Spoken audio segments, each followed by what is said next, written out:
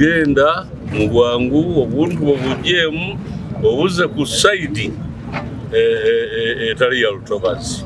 Tetujja kuleka wantu wonna tujja kumalawo oba twagala oba tutwagala. Buli muntu yenna anaalaba nti lutobazi luyita wano ng'oli mu lutobazi, nkwegayiridde mu ddembe vaamu, jjamu obuntu bwo ng'obudde bukyali, kuba bano bwe banajja okubukuggisaamu obumu bujja kwonoonekera bwereere.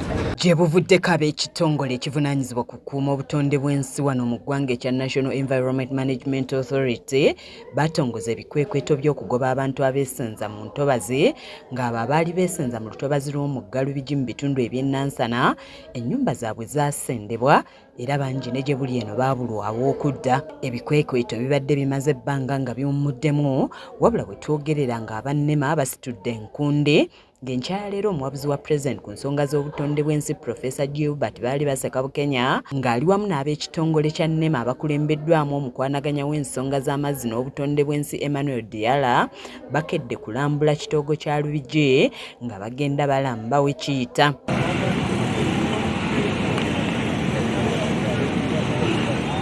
Kino bakikoze okubaguliza ku bantu abeesenza mu kibangirizi ky'olutobazi luno basobole okwetegula nga bukyali wakati nga beetegekera ebikwekweto ebitandika ku Lwokuna lwa wiiki eno nga Professor Bukenya asinzidde eno n'alabula abakyesisigiriza okusibamu ebyanguwa mu nnaku 2 ezisigaddeyo kuba tewali gwe bagenda kuttira ku liiso. And I take this opportunity on behalf of His Excellency the President, who has been really crying out to keep this wetland a wetland, to launch this demarcation using this pillar, which will go all the way up to Mentiana Road, yes, and all the way to Chengera, and this time this area will go all the way up to Waise. That if you see this pillar, you, the citizens of Uganda, don't do a business where the wetland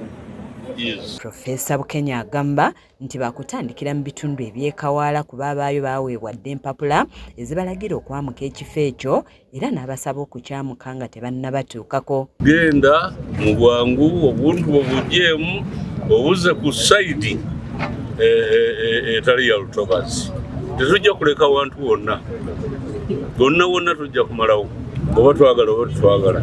Ye Emmanuel Diarra okuva mu kitongole ekya NEMA ategeezezza nti tewakyali kyakwekwasa kuba buli muntu ali mu lutobazi yalabulwa dda nga kye kiseera abo ababadde balowooza nti baabivaako okwamuka entobazi.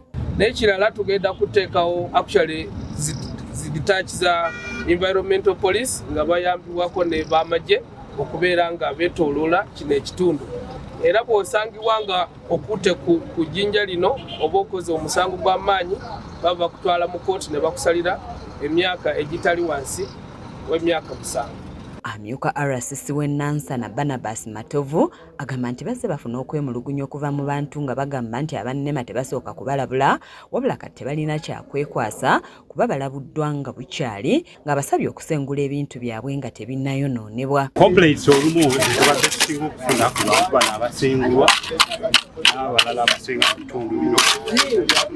Tubadde tetumanyi olutobazi tukola ki naye tusaba okukoleddwa ne kaweefube omulala gavumenti gwekoze kizudde kyetaagisa okuteekawo amayinja gano olaba tumaakinga oba tupima okulabira ddala obutobazi n'olwekyo ebyekwaso biweddewo. No more excuses nti simanyi wa lutobazi olukola ki kati ogenda kugenda mu lutobazi ng'okimanyi. Kyokka abatuuze balangidde abannema obubbi nga bagamba nti baagala kubba ttaka lyabwe nga bagamba nti bwe kiba nga ddala baagala kutaasa ntobazi bandibabuuliriddewo nga tebannazimba. Nti batubba bubbi kubanga bwe tubaddeyo eno tewaliiwo olunaku lwe baalaga kayinja kakadde kebayogerako nti baalaga akayinja kakadde oba kiraba bagenda ng'omusajja agala kakompyuta bw'ati olw'ekibanja tebaagala kati bava batyeri ate ne bakabamba demarcation eno lwaki badde bademolishinga abantu nga tebabadde awareness. bano baweze nti nabo abannema babeetegekedde era nga si baakukkiriza nnyumba zaabwe kumenyebwa okuggyako nga baliiriddwa. Mugenda okutegeka olukuŋŋaana olwonna olubeerawo nga bo baakoze eki baategedde dda nga babeetegekedde naye bo balinde ekinaddako bakinde buzi bajja kukiraba. Nze Anet Namatovu ku lwa KSTV Agaleero.